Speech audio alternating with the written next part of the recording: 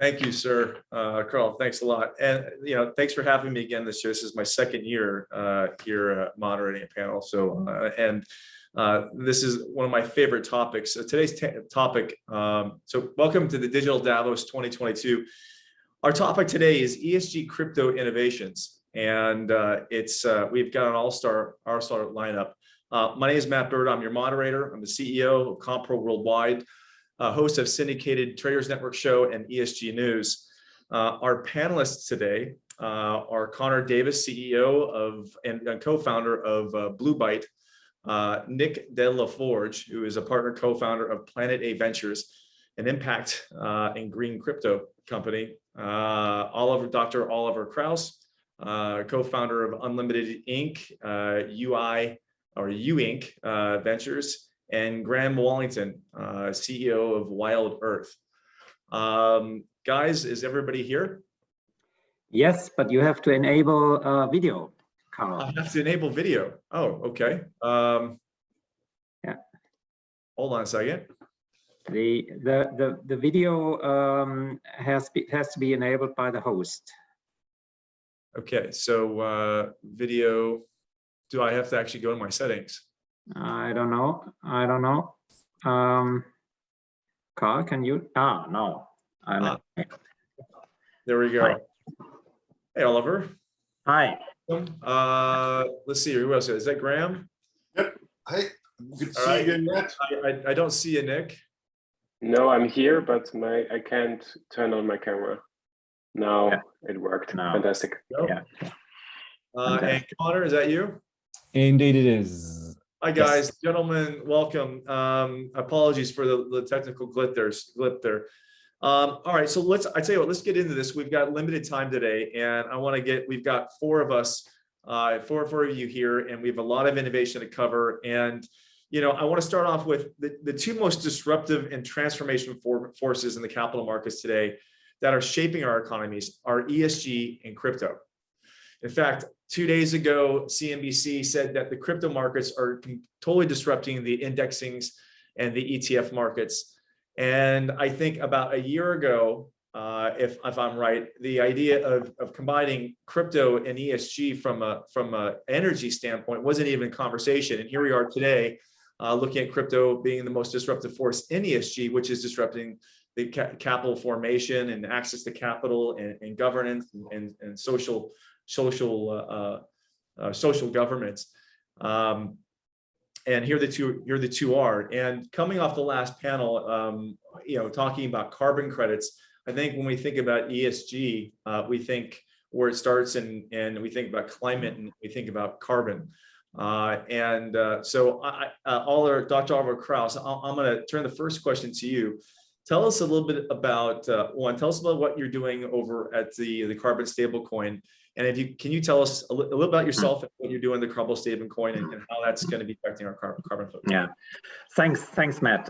So I'm actually here a co-founder of Untitled Inc. think tank and ventures. We looked deep into the crypto and blockchain DLT space from 2017 on, and moved now into this exciting co-venturing topics here in the area. One area here at a carbon stablecoin project, we want to build with a partner, Swiss partner Peer Energy, a carbon stablecoin ecosystem where we bridge the mandatory and the voluntary carbon markets and have, so to speak, a currency that can be used in the voluntary markets.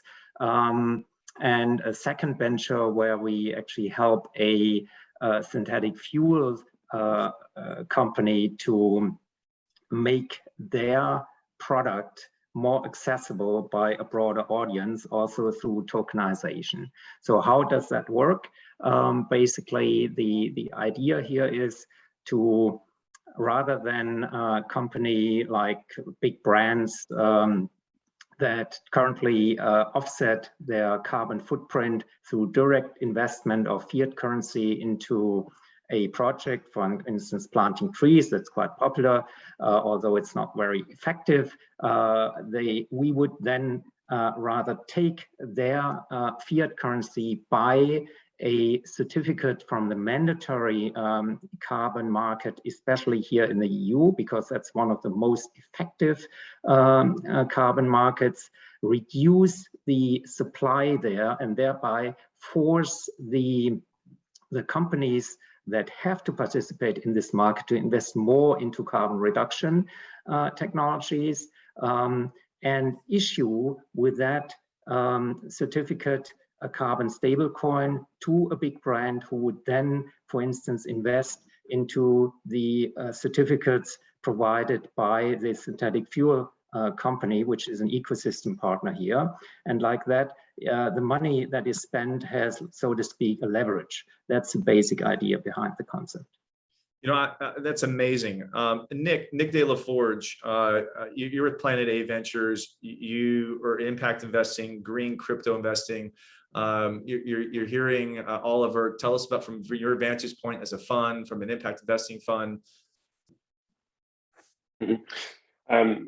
Thanks a lot, Matt, and I fully have to agree with what you just said about Oliver. I think it's amazing that we now start to see this transition into how can this be bridged, and how can we use tokenized economies, the Web3, to leverage momentum and make capital flow into the right directions. And I think with Planet A, which is a green tech venture fund, so we invest into environmental impact. What we set out to do is to have some systemic impact on the entire venture scene as a whole, which is a very ambitious target, I fully agree. But what we found in the preparation for Planet A is, on the one hand, green tech is not a future industry. Green tech is the future of all industries.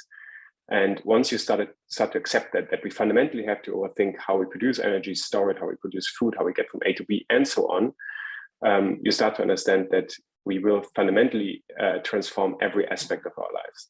And in our opinion, it's not the question of odds and probabilities and luck that we end at the right spectrum and do things right, not only looking into preventing a climate crisis, but taking into account the whole planetary boundaries, so pollution, million species extinction years, and so on.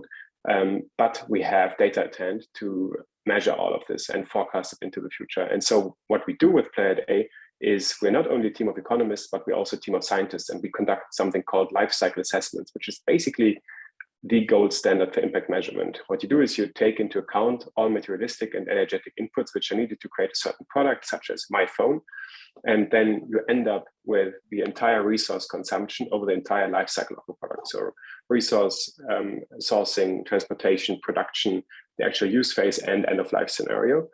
And we do that once for what we have today, and then once for the object of desire, if you so want. So the innovation that's being brought to the market, and we're able to compare the two with each other. And suddenly we have the beauty of data at hand. We have a delta, and we're able to tell per sold product, we are making this big of an impact. And this, of course, can be put onto your current sales numbers, and suddenly you understand how big is the actual sales. But this can also be extrapolated into the future, into your growing markets, and also into your sales forecast.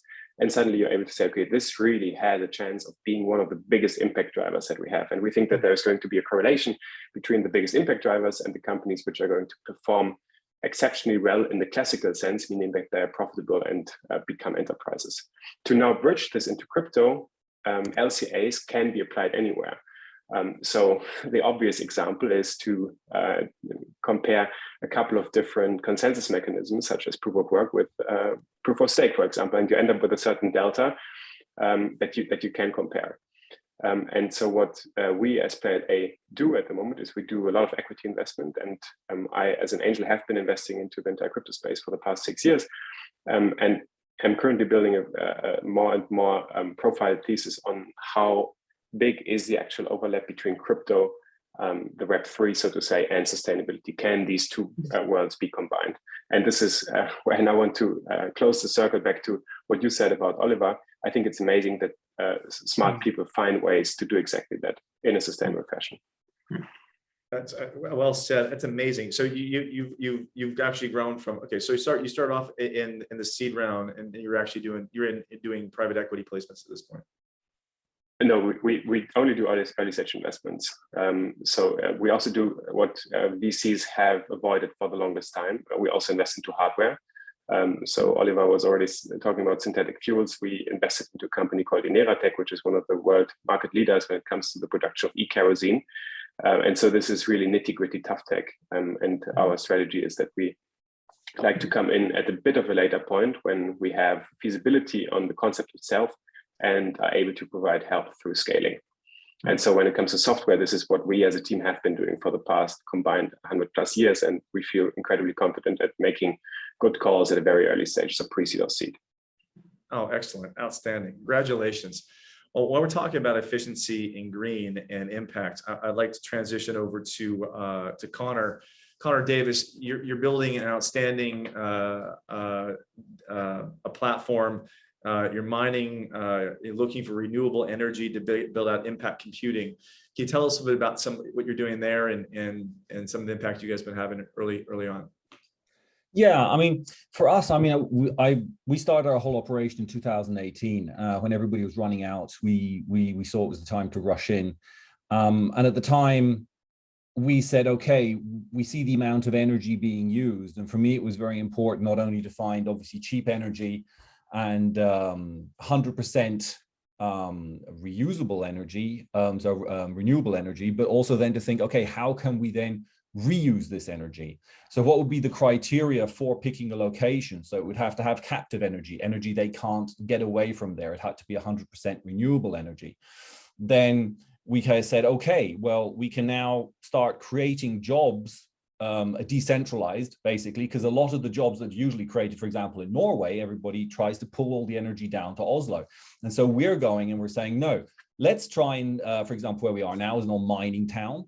It lost a lot of jobs 30 years ago when the mines closed. And so they have a lot of captive energy there because they have very large power creation, but they don't even have the technology or the infrastructure to take it away fully.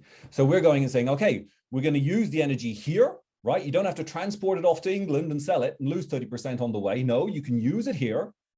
You can create jobs here. And then on top of that, we're going to then reuse the heat to do things like create vegetables in glass houses, right? So you can start producing local produce. And then we're also working together on other projects, such as feeding our heat into a local heating system, which will then reduce the average heating price of anybody inside a village or a town, right? Because we can basically use what we have as a waste product, and I want to basically not have that as a waste. I want to use it as a additional method, additional energy which we can use for other things. So this is our approach. We also use our system as a method whereby we can help stabilize the grid, and yeah, and that's basically. And also, yes, not to forget, what I think is really important is that all these networks are set up in a very redundant manner, right? So for every large business you have there, so for example, a hospital, it would be set up with basically, if it needed 100 or say 1 megawatt, it would be basically set up from a grid perspective as having 2. So is this a little bit of like an edge computing type of methodology? You're going to the edge of the wastage from the energy provider. So instead of trying to collate energy from different sources, you're going to where the energy is being produced. The wastage, if they're turning out 20% energy, the idea is to capture at the source, build a data center there, and bring the jobs into those areas. So you're making. Exactly. And I think for us, it's really important to get the skill sets back into the areas, because that's important, because that's where you see a lot of bleed. So our first employee there is a young guy we're talking to. He was in Oslo or something, but he wanted to get back home and it was not possible. And now suddenly they're starting to be like IT jobs and other things. So we can bring these skill sets back into these places and start rejuvenating them from an age perspective as well, right? Young families. That's outstanding. I want to get some other people's comments on this panel on what you're doing. I want to get through get through the panel right now. So let's come back to this topic. Nick, I want to get to Graham Wellington, and I got to tell you, Graham, I love Wild Earth. I spent some time on it last night. I'm now a fan. So you're doing ESG tokenization of wildlife and biodiversity, so we're saving energy in being sustainable. You're saving our biodiversity, and you want to tell us a bit about what you're doing and where you're at? Sure, excellent. Thanks very much, Matt.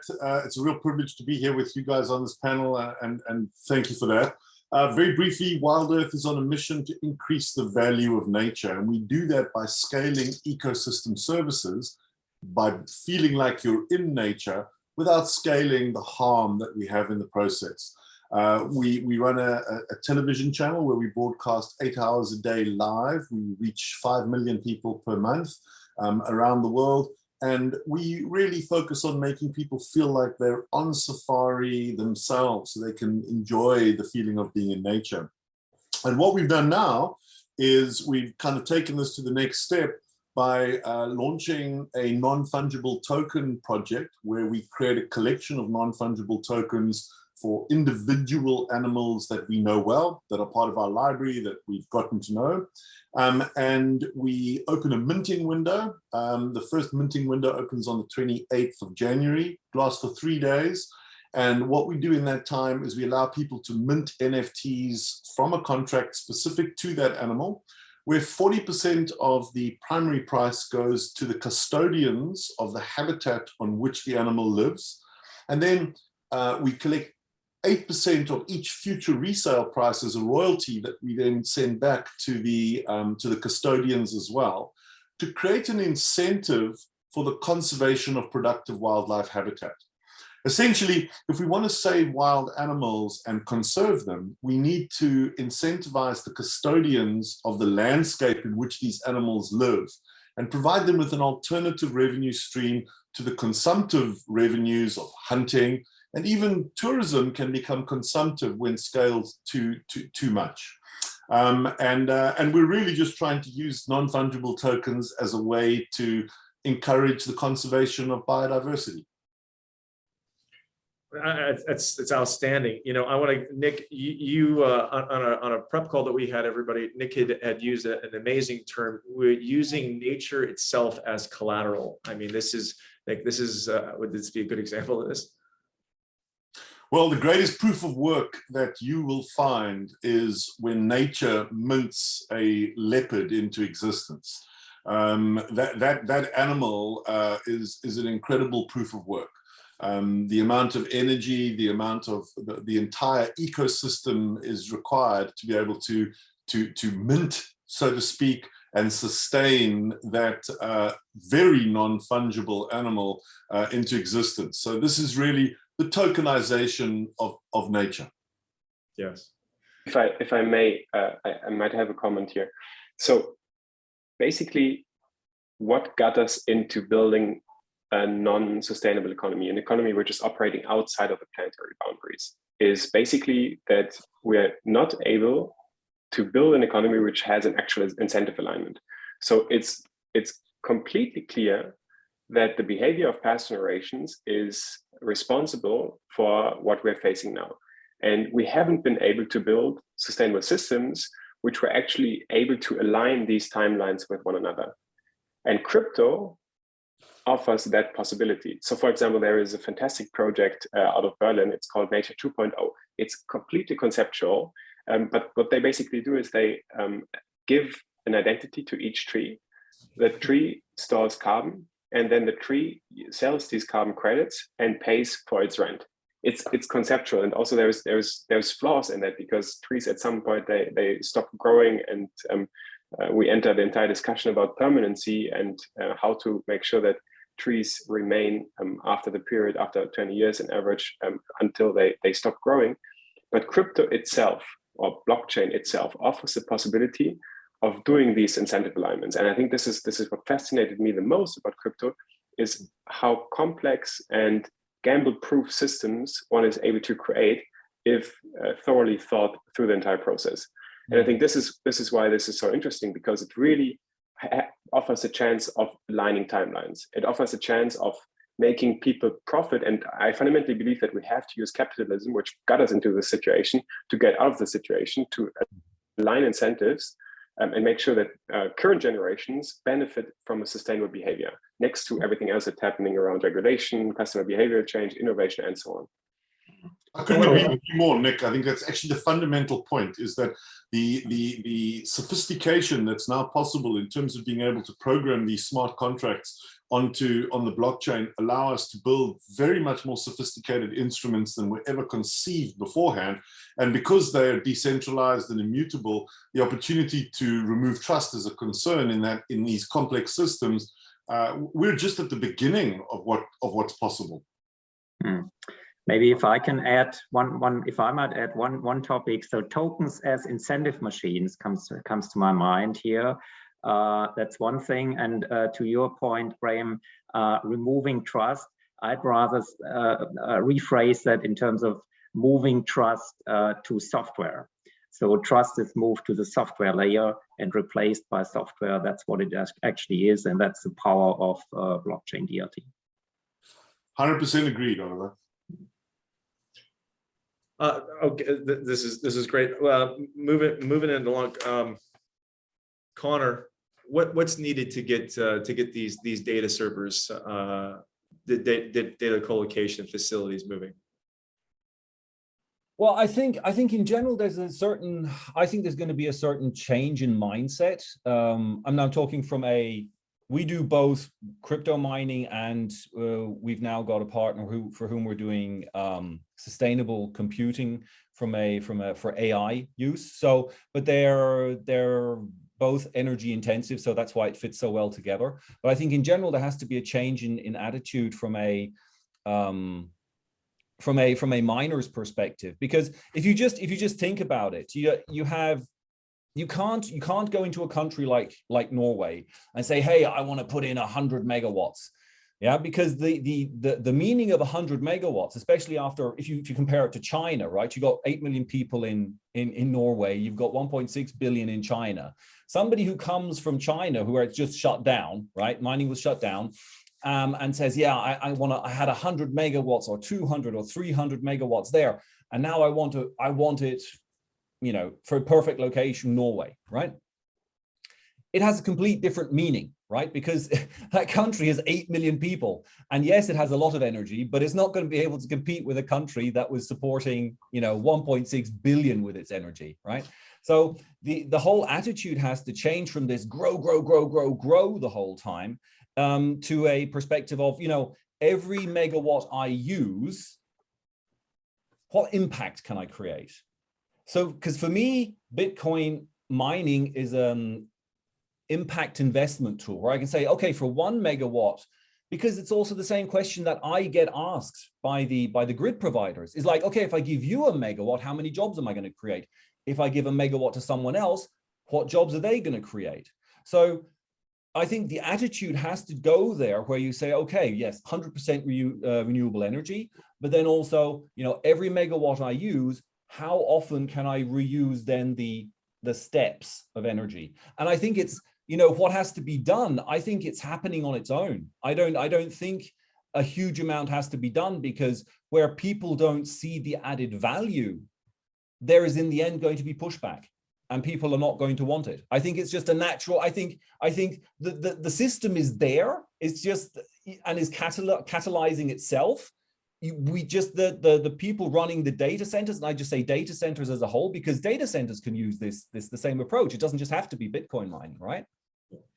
Yeah, and I apologize for the abrupt change in the last topic, but I want to switch this because I wanted to get into the innovation aspect of the ESG and crypto. And Nick, I want to bring this back to you. This is innovative, right? Yeah, as an impact fund out there looking for innovative things.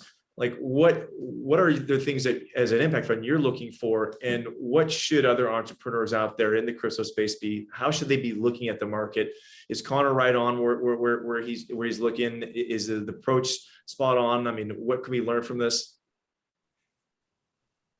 I've read a super interesting article the other day about that's a poor quote, but founders currently saying if it's not a gigacoin, meaning it has the potential of reducing 1 gigaton per year, I'm not standing up. I'm not going out of bed. And I think this can be misleading because we're going to need a multitude of different solutions, and I by no means am the best person to list all of them right now. There is fantastic frameworks such as Project Drawdown, which list very precisely solutions we need. And the beauty about it is that in every single aspect of these hundreds of solutions, if you forge something which actually works, you have a bigger impact than you could ever dream about.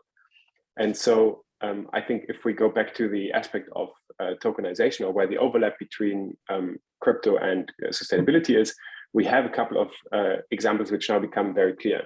Graham is outlining the tokenization of natural assets. Oliver is doing something similar. And we have that entirety of carbon markets going onto chain, which makes a whole ton of sense. In my mind, it's the most sensitive, the best case for tokenization I've seen thus far, because you really have a problem which blockchain is the perfect tool to be used on. It avoids double spending, it brings transparency into the market, and it cuts out intermediaries which currently inflate the price significantly.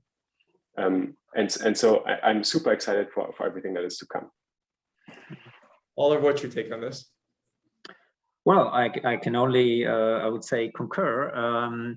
It's really what we are looking for. We want to build that ecosystem, basically, and we think that this carbon stablecoin can be a key element to start with, if we can provide a currency, which is, by the way, attractive because it is pegged to the mandatory emission allowance certificate, and this is rising in price.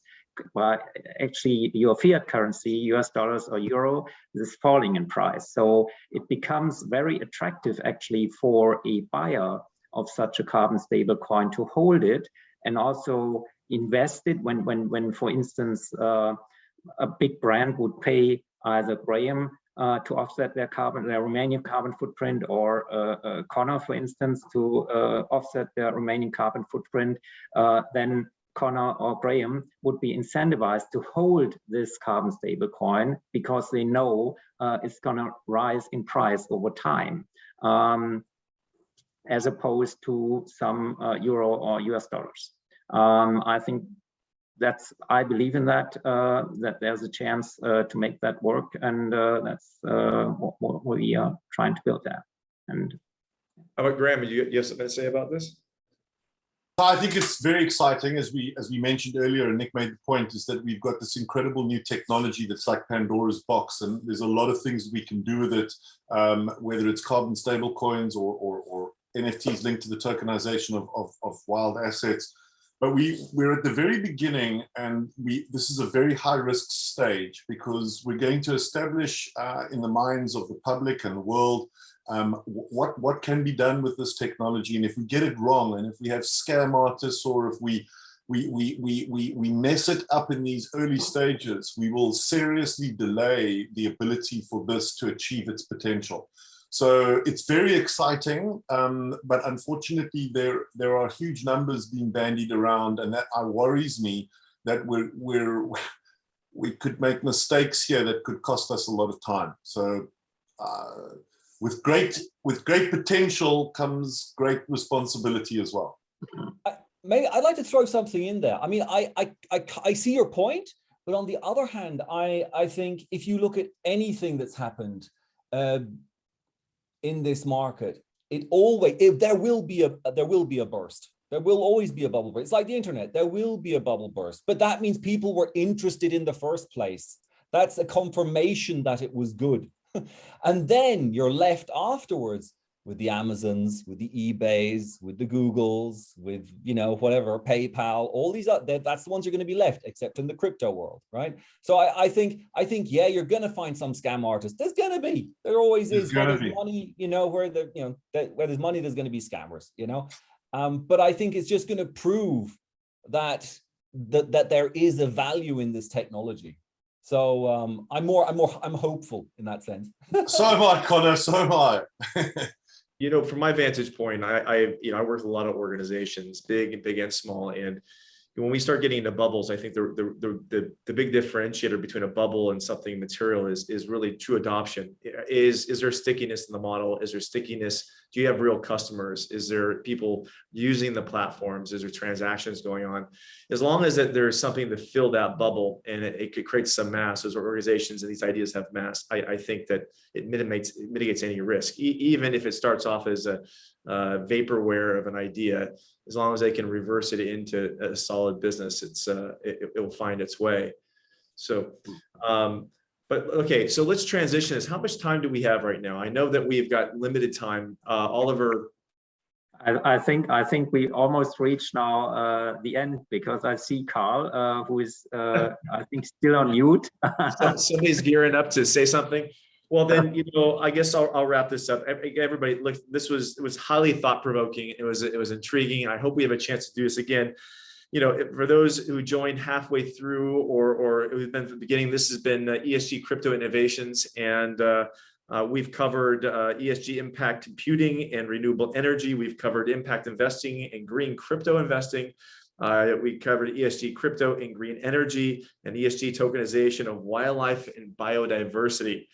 Graham, Oliver, Nick, Connor, I want to thank you for allowing me to moderate you and be part of this. And I guess before they jump on, let's take advantage of the final moments. Does anybody have any last minutes they want to say?